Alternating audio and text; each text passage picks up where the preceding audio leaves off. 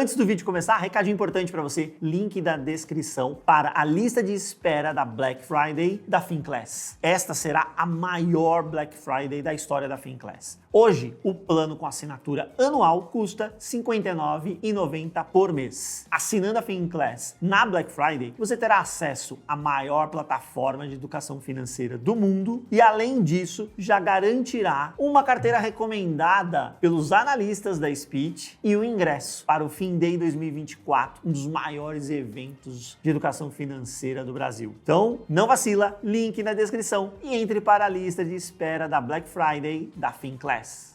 Fala pessoal, tudo bom? Vocês sabem que eu adoro o tema investimento internacional, já falei muito sobre isso aqui no canal, inclusive num vídeo passado a gente discutiu ali o investimento direto no exterior e choveram comentários de pessoas querendo saber mais sobre os BDRs, que na minha opinião são instrumentos muito negligenciados, que pairam muitos mitos e algumas verdades e a gente vai desmistificar tudo no vídeo de hoje. Então antes de mais nada, já deixa o seu like, se inscreve no canal e bora pro vídeo, pode rodar a vinheta.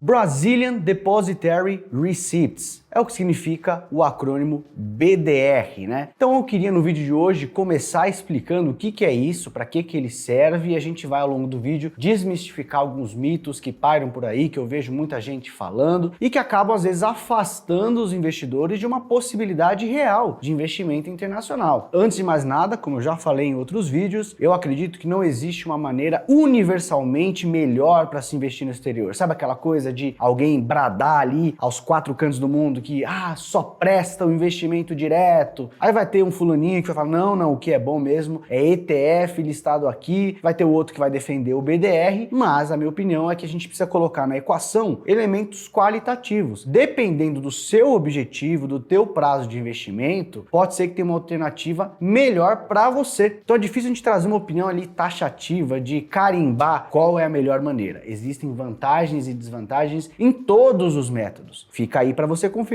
um vídeo anterior que eu gravei falando sobre vantagens e desvantagens do investimento direto. Hoje a gente vai falar dos BDRs, eventualmente a gente pode ter um espaço para falar dos ETFs, para que assim você decida do outro lado da câmera qual maneira funciona melhor para você. Então vamos começar aqui primeiro explicando o que é um BDR. Grosso modo, a gente precisa entender o papel de uma instituição que é denominada instituição depositária. Vou colocar aqui como ID, né? Instituição depositária. Parte dela a iniciativa de trazer um BDR para o mercado brasileiro. E um BDR nada mais é do que um certificado que tem lastro em algum ativo que está listado fora do Brasil. Ou seja, o BDR ele é um facilitador. Eu quero comprar Google, eu quero comprar Microsoft, que seja, mas eu não quero fazer isso diretamente lá. Então eu poderia comprar um certificado que tivesse lastro em algum ativo lá fora. De forma que quando esse ativo se valorizar, eu tenha algo aqui na minha carteira no Brasil que se valorize em mesma intensidade. Então, tudo parte da instituição depositária que quer trazer um BDR para o Brasil. Vamos trabalhar com exemplos, tá? Imagine que a instituição depositária veja que tem muito interesse dos brasileiros em investir numa empresa como Microsoft, correto? Então, ela pega e aciona uma instituição custodiante, que no fim das contas é um grande banco gringo que está ali estabelecido fora do Brasil. E esse banco custodiante, ele vai ter aquele poder de ser o guardião, né? Ele vai proteger um ativo, vai manter sob custódia algum determinado ativo. Então, a instituição depositária demanda para essa instituição custodiante, que eu vou colocar como IC, e fala assim, olha, compra tantas ações de Microsoft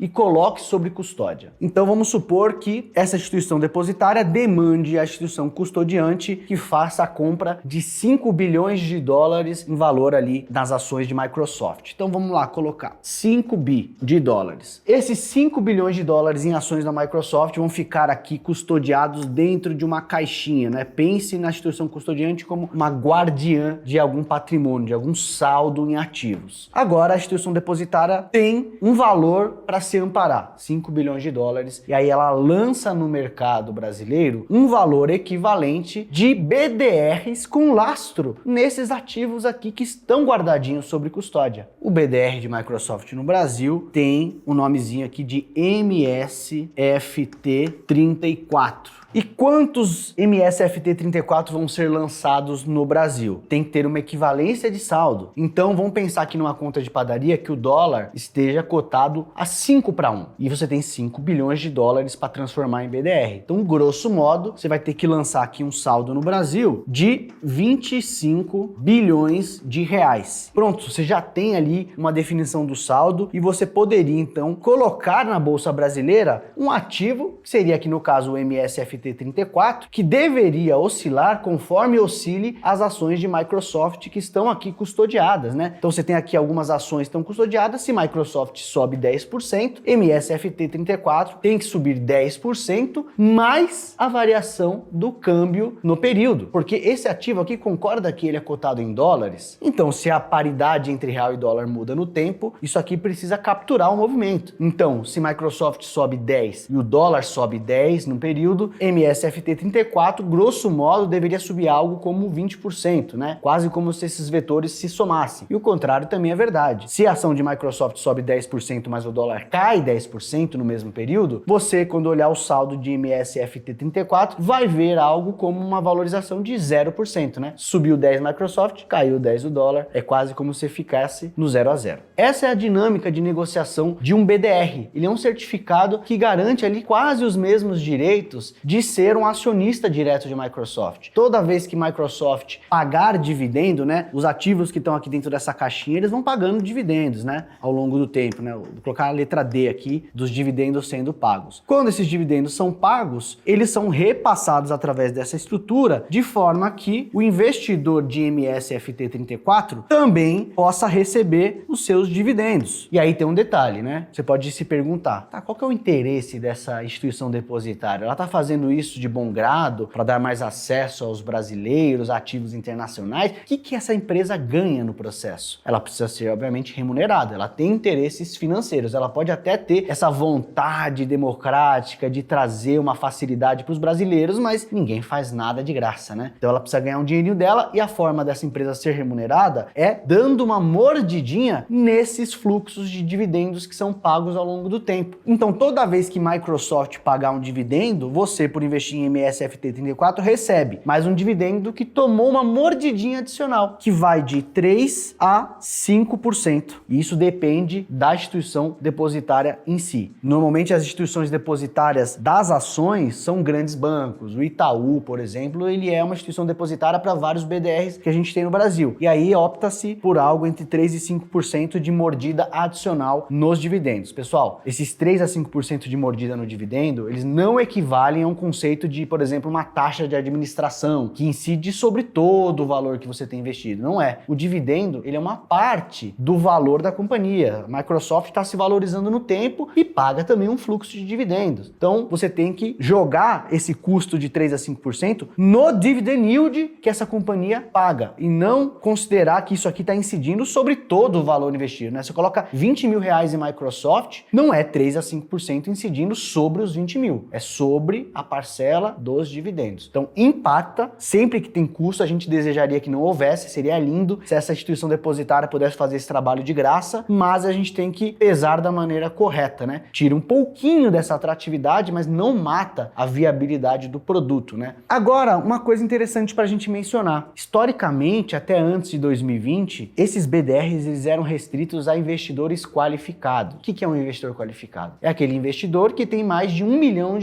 em aplicações financeiras ou aquele investidor que tem uma certificação de mercado que garanta a ele esse título de investidor qualificado. Então, por exemplo, eu sou um analista CNPI, Certificado Nacional de Profissional de Investimentos, e essa certificação CNPI me garante o título não só de um investidor qualificado, mas como um investidor profissional também, que é aquele investidor que tem pelo menos 10 milhões de aplicações financeiras ou a certificação apropriada. Então, era um mercado mais restrito. Nem todo mundo podia acessar os BDRs. Até que no final de 2020, houve uma mudança na legislação que permitiu o acesso do público em geral a ativos como esses, desde que cumpridas algumas condições, né? Por exemplo, todo o informe sobre Microsoft, todo fato relevante, todo o material que Microsoft divulga para seus acionistas tem que ser traduzidos para o português e disponibilizados para os investidores de MSFT34. Se essa documentação ainda não está totalmente traduzida, por exemplo, o BDR, mesmo podendo se tornar para público geral, ainda fica restrito. E eu trouxe essa informação também para a gente começar a falar de uma outra novidade que veio junto com essa flexibilização. Ao mesmo tempo que os BDRs puderam ser disponíveis ao público de varejo, ao investidor em geral, ali no final de 2020, também houve uma mudança. Você, a partir dessa data, poderia também comprar BDRs de ETFs, que antes não existia esse conceito. Você comprava um BDR de uma ação que estava lá fora. Por isso que eu usei o exemplo de Microsoft aqui. Mas o conceito não é uma instituição depositária que manda ali uma instituição custodiante comprar algum ativo e guardar numa caixinha? O que pode estar nessa caixinha pode ser qualquer coisa. Concorda comigo? Antes optava-se por comprar ações, mas veio a mudança na legislação e agora pode ter ali muitas coisas dentro dessa caixinha, inclusive ETFs que são listados lá fora. Então, se a gente manter esse mesmo exemplo, mas ao invés de Microsoft, a gente está falando de um ETF como o IVV, a estrutura funciona igualzinha. Então, instituição depositária mandata aqui, instituição custodiante, manda comprar que seja 5 bilhões de dólares de IVV, para que assim lança-se no Brasil 25 bilhões de reais, não mais de Microsoft. Vamos agora colocar um outro exemplo. BIVB 39. É a mesma lógica, pessoal. Agora a gente só está negociando um ativo que tem como lastro um ETF, não mais uma ação. Mas toda a dinâmica é exatamente a mesma. E a maior parte dos BDRs de ETFs que a gente tem no Brasil são trazidas pelo Banco B3, que é a instituição depositária aqui no caso. E o Banco B3 tem uma prática de cobrar essa taxinha sobre os dividendos na casa de 3%.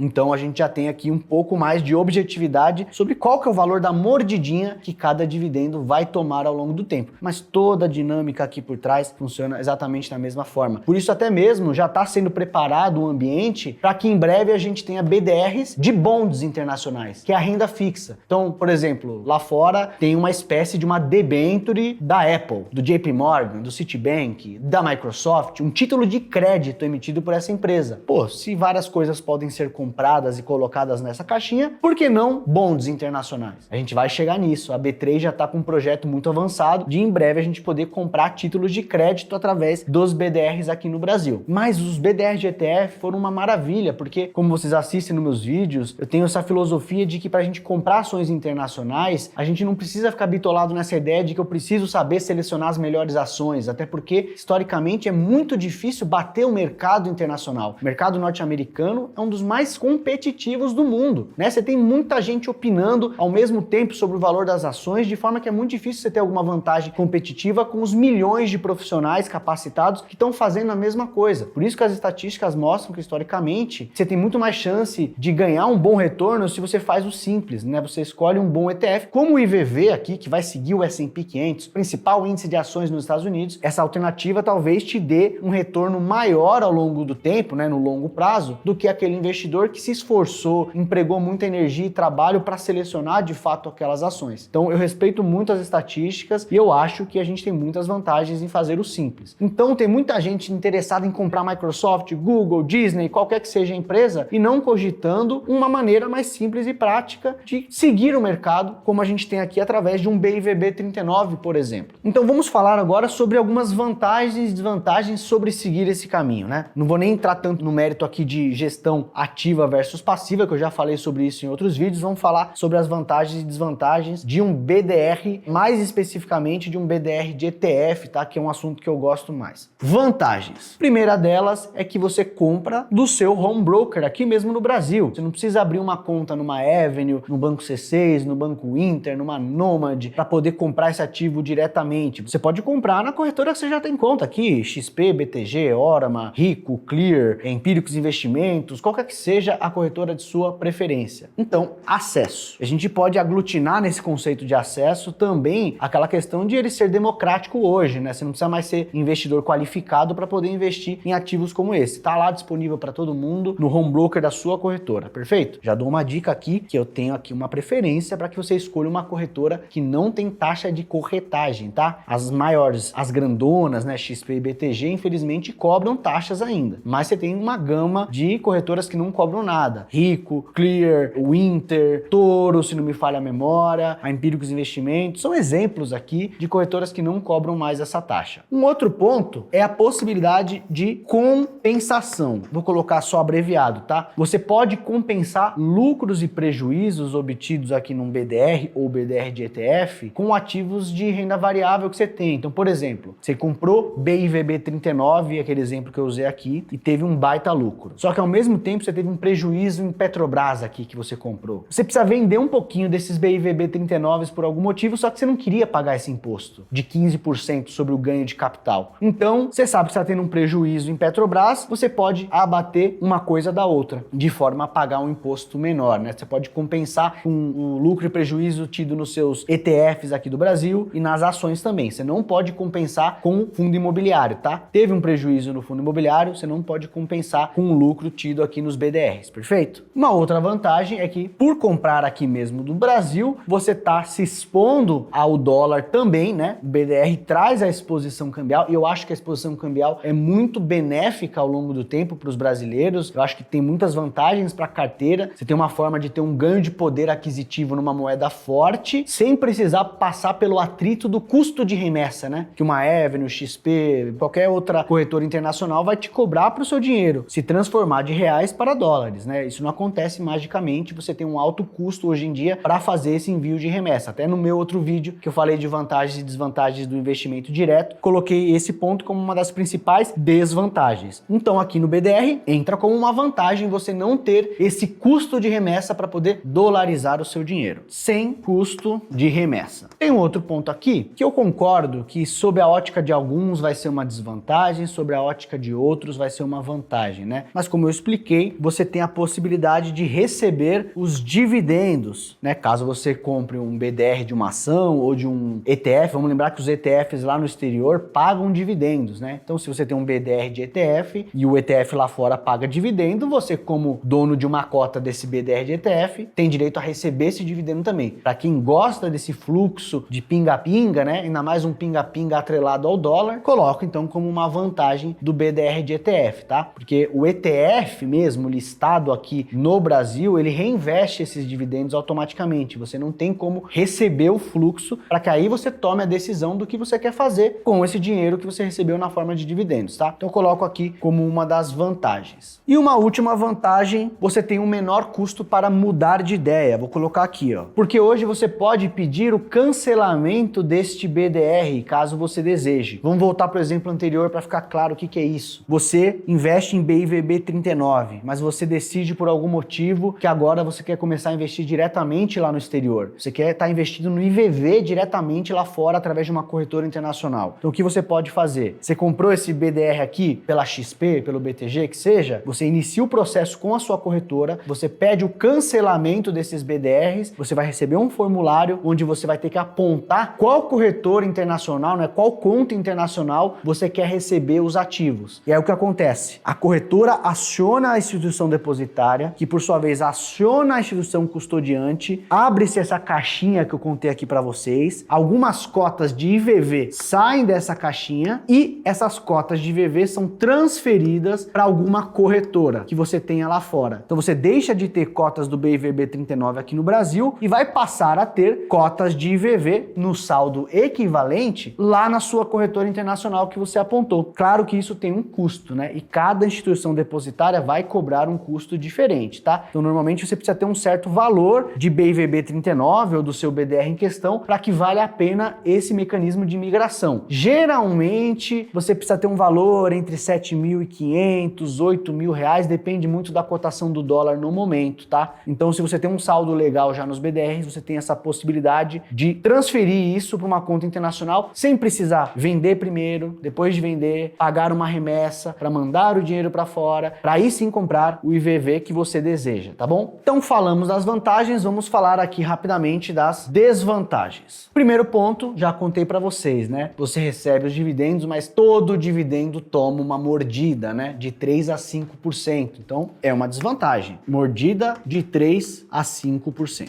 Outra desvantagem que eu coloco aqui é que, por mais que possa ser vantajoso para muita gente receber o fluxo de dividendos, é inegável que isso agrega um pouco mais de trabalho operacional, porque todo o fluxo de dividendo que você vai recebendo, você precisa jogar lá no seu carnê-leão para você falar para a Receita Federal que você está recebendo um fluxo de dinheiro ali todo mês, a cada trimestre que seja. Você não vai precisar pagar imposto sobre esses dividendos, porque existe um acordo de reciprocidade entre Brasil e Estados Unidos. Então, como lá fora os dividendos já são tributados na fonte e bem tributados, né, 30% de imposto, a Receita Federal brasileira diz o seguinte: olha, você já foi tributado lá fora, então você não precisa ser tributado aqui de novo. Mas isso não quer dizer que você não precisa fazer nada em termos de processo de declaração de imposto. Você precisa jogar no carnê-leão todo o dividendo que você recebe todos os meses de cada ativo, para que no final, na sua declaração de ajuste anual, tem um campo lá que você pode discriminar quanto de imposto você já pagou lá no exterior, que aí a Receita Federal empata a conta. Ou seja, o caminho é o seguinte: eu conto para a Receita que eu estou recebendo esses dividendos, a Receita vai calcular se eu estou devendo imposto ou não, e aí lá na frente eu conto: olha, você calculou que eu estou devendo um certo imposto, só que esse imposto eu já paguei lá fora. Aí a Receita diz para você: tá bom, se esse é o caso, pode seguir. Então, teve um processo chato, eu acho chatíssimo, tá? Lidar com imposto de renda, ficar jogando isso. Eu sou uma das pessoas do time que prefere um pouco mais de comodidade no processo. Então, se você quer muito esse fluxo de dividendo, você vai ter que aceitar um nível de complexidade adicional na hora de declarar o imposto de renda. Mais complexidade no IR. Outro ponto que é uma desvantagem é a questão da liquidez. Você concorda que o valor de um BDR tem que oscilar conforme o valor do ativo lá no exterior mais o dólar? Só que você concorda também que esse ativo está listado na bolsa e que se tem muita gente comprando ou muita gente vendendo, isso influencia o preço? Como que a gente garante então que o lastro está sendo respeitado? A gente consegue isso através da atuação de uma empresa que é a formadora de mercado, né? O market maker, o formador de mercado, ele que tem ali a função de ficar comprando cotas, vendendo cotas de acordo com o sabor de mercado para tentar reequilibrar um pouquinho. Então, um exemplo rápido. Pega o momento que você tem aqui uma ação, sei lá, de Google que está se valorizando no tempo dessa maneira. Você espera que o BDR de Google varie mais ou menos de acordo com isso. Mas chega um determinado momento que aqui dá uma crise e tem muita gente querendo vender e aí puxa o preço desse BDR para baixo. Poxa, mas a ação de Google está subindo. O BDR não pode cair, a não ser que o dólar esteja caindo, é claro. Mas vamos isolar a variável do dólar, vamos falar só do preço do ativo. Não pode deixar esse preço aqui cair se Google está subindo. Então, nesse momento, o formador de mercado, o market maker, ele entra pesado comprando um monte para reequilibrar essa força vendedora de forma que esse preço não caia e aí a paridade continue sendo respeitada, né? Qual que é a questão? Por mais que haja atuação desses formadores de mercado, eles não têm a obrigação de ficar 100% do tempo olhando para o mercado. E, na verdade, a maioria dos contratos exigem que eles fiquem pelo menos 65% do tempo. Então vamos supor que o dia útil tem ali 10 horas. Ele só teria a obrigação de ficar 6 horas e meia monitorando o mercado. E se você vai comprar bem numa hora que esse formador de mercado tá tirando um cochilinho, tá fazendo a pausa para o cafezinho e aí tem um grande vendedor no mercado e você decide comprar nesse momento? Poxa, em tese você poderia se beneficiar, que você poderia comprar um ativo distorcido numa hora que o preço está mais baixo. Mas pode acontecer o contrário. Você pode querer comprar o BDR numa hora que tem um grande comprador, fazendo com que o preço se distorça. Até por isso, quando você olha o gráfico de preço de um BDR, você vai notar que tem um desenho assim, ó. Ele tá aqui e do nada vai ter uns negócios assim, uns spikes de preço para cima e para baixo, que são esses momentos de distorção. Então, você pega um BDR que é muito conhecido, BDR de Google. Poxa, ele é muito líquido. Tem muita gente opinando. Então, tem gente ajudando o trabalho desse formador de mercado. O formador de mercado tá ali monitorando, mas o próprio mercado tá se arbitrando. Então, é difícil ver esses spikes aqui com frequência. Agora, você pega um BDR de ETF, de um ETF super exótico, um ETF de tecnologia de não sei das quantas. Poxa, vai ter dia que você não vê nenhuma negociação desse ativo, porque não tem interesse. Nesses ativos que estão mais jogados de lado, você vai depender mais da atuação do formador de mercado. mercado. E aí que pode haver algum risco, tá? Então, eu vou até mostrar rapidamente para vocês como vocês podem fazer um procedimento para verificar se o preço está distorcido. Só para a gente se resguardar, tá? Na maioria das vezes, para a pessoa física comprar e vender no dia a dia não vai ter problema. Mas, aquela coisa, né, pessoal? A gente não perde nada por ser aqui um pouco mais conservador, para a gente se resguardar. Até porque é um procedimento rápido e fácil que não é uma ciência de foguetes, tá? E dá para todo mundo fazer aí de casa. Então, como eu considero que essa falta de liquidez é a maior desvantagem aqui pro BDR de ETF, nada mais justo do que eu fazer aqui com vocês um procedimento de verificação, que é justamente o que eu acho que você poderia fazer só por desencargo de consciência, sabe? Pra gente não cair no risco de comprar no momento distorcido. Existem mecanismos que protegem os investidores quando há essa grande distorção de preço entre o BDR e o ativo lastro lá fora. A B3 costuma chamar leilão, interrompe a negociação e dá um tempo para os participantes de mercado arbitrar e corrigir esse preço. Mas ainda assim, eu sou desconfiado e eu acho que vale a pena a gente gastar um tempinho e fazer o procedimento. Por isso que eu vou puxar aqui magicamente um computador para a gente fazer juntos esse procedimento aqui. Primeira sugestão é que você deixe aberto um Excel aqui, porque vai facilitar muito e vai dar agilidade na hora de você fazer o cálculo. E você vai precisar de algumas variáveis. Então a primeira variável que a gente vai precisar é do preço do ativo no exterior. Vou até deixar um zoom maior aqui para ficar bem claro. Então o preço do ativo no exterior, depois você vai precisar da cotação do dólar, coloquei aqui o USD, United States Dollar, você vai precisar da paridade do BDR e aí você vai chegar no preço justo. E esse justo eu poderia até colocar entre aspas, tá? Porque a gente vai ter um indicativo de faixa de preço, não é pra gente ficar bitolado no preço final que a gente vai chegar aqui, tá? Então vamos usar o exemplo do IVV, ETF IVV. Então eu venho aqui no Google, já está na outra aba, coloco preço, coloco price, coloco em inglês para você achar o preço do ativo lá fora e o Google não te mostrar o BDR de ETF, que às vezes acontece. Então coloca aqui IVV price, dá um enter, ó, 416,85.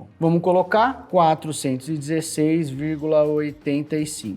Cotação do dólar. Ah, eu vejo lá no Banco Central, Arraiz. Eu prefiro que você veja a cotação do dólar à vista, porque a cotação do dólar Petax no Banco Central, ela tem alguns fechamentos pontuais ao longo do dia. Então não dá aquela sensação de cotação em tempo real, que vai ser mais aderente ao que a gente vai precisar na hora de comprar e vender naquele determinado momento. Então o que eu recomendo para vocês? Venham no Google e coloquem assim: USD BRL Investing. Você vai achar esse site aqui, investing.com, que eu acho que é um site legal, gratuito. Pode ser no Yahoo Finance também, mas a gente quer algum site que mostre pra gente a cotação do dólar contra o real em tempo real. Então, tô vendo aqui 5.0157. 5.0157. Agora, a paridade. O que é essa bendita paridade, tá, pessoal? É a proporção de cotação, porque vocês estão vendo aqui que uma cota desse ETF VV custa 416 dólares. Então, se a gente multiplicar um pelo outro aqui, pegar o 416 e multiplicar por 5.0157, a gente ia achar que o valor justo desse BDR seria R$ 2.090, o que tornaria esse BDR muito inacessível. Imagina, quero comprar uma cota, R$2.000 e poucos.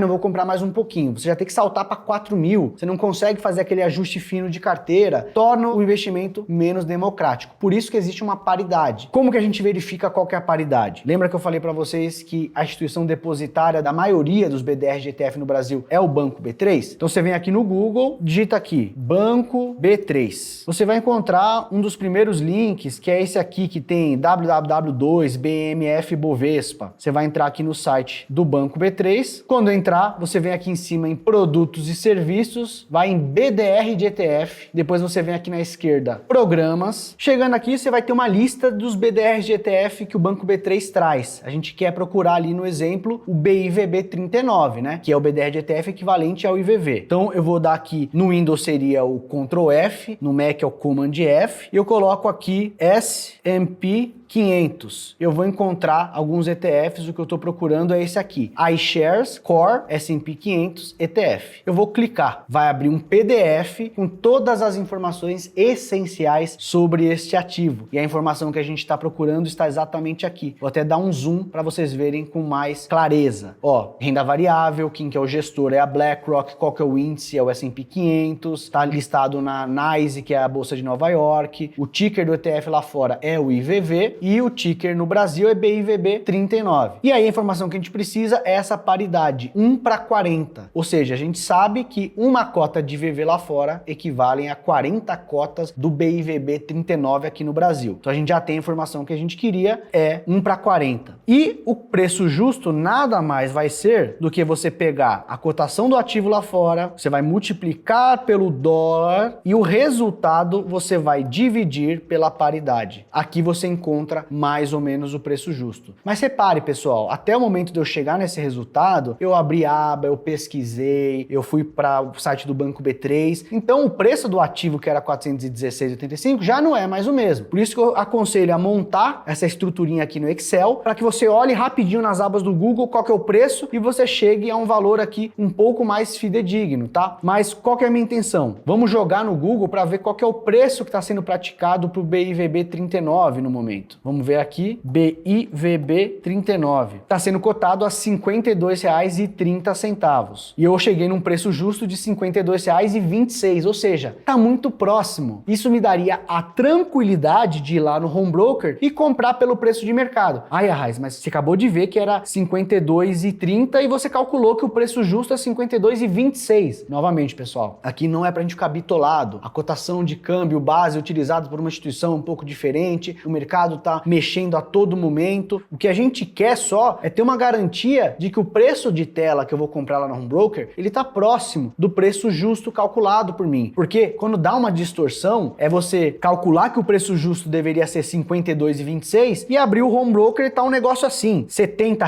Isso às vezes acontece. Então, se você calculou que é para ser 52 e pouco e o preço está em 60, 70, tá acontecendo uma distorção naquele momento. Espera um pouquinho, que essas distorções se normalizam rápido na bolsa brasileira. Então, chegou num preço de 52,26, o preço no home broker tá 52,30, 30 e pouquinho, não tem problema, você poderia comprar sem muito prejuízo, tá? A gente só quer evitar o risco de cair num movimento de grande distorção, do preço tá muitos reais fora, tá bom? Tá alguns centavos para cima ou para baixo, fique despreocupado, fique tranquilo que você não vai ter tanto problema. No longuíssimo prazo, vai dar uma diferença muito pequena para que a gente fique se degladiando aqui para tentar eleger qual que é a melhor forma. O importante é a gente estar investindo com a nossa carteira em dia, com a nossa alocação bem montada, e aí se eu compro o BDR, ou se eu compro o ETF, ou se eu invisto direto lá fora, isso vai ser muito menos significativo no nosso retorno de longo prazo. E aí, gostou do vídeo? Ficou mais claro o que é um BDR ou um BDR de ETF? Gostou? Tá pensando em investir? Conta aqui embaixo nos comentários e já deixa aqui a sua sugestão de um tema futuro que eu possa abordar aqui no canal. E antes de eu me despedir, não se esqueça de curtir o vídeo, compartilhar com teus amigos, se inscrever no canal da Speech, que isso ajuda a gente a manter esse ímpeto de trazer conteúdos legais todas as semanas para vocês. Mas vou ficando por aqui. Pessoal, um grande abraço e até mais.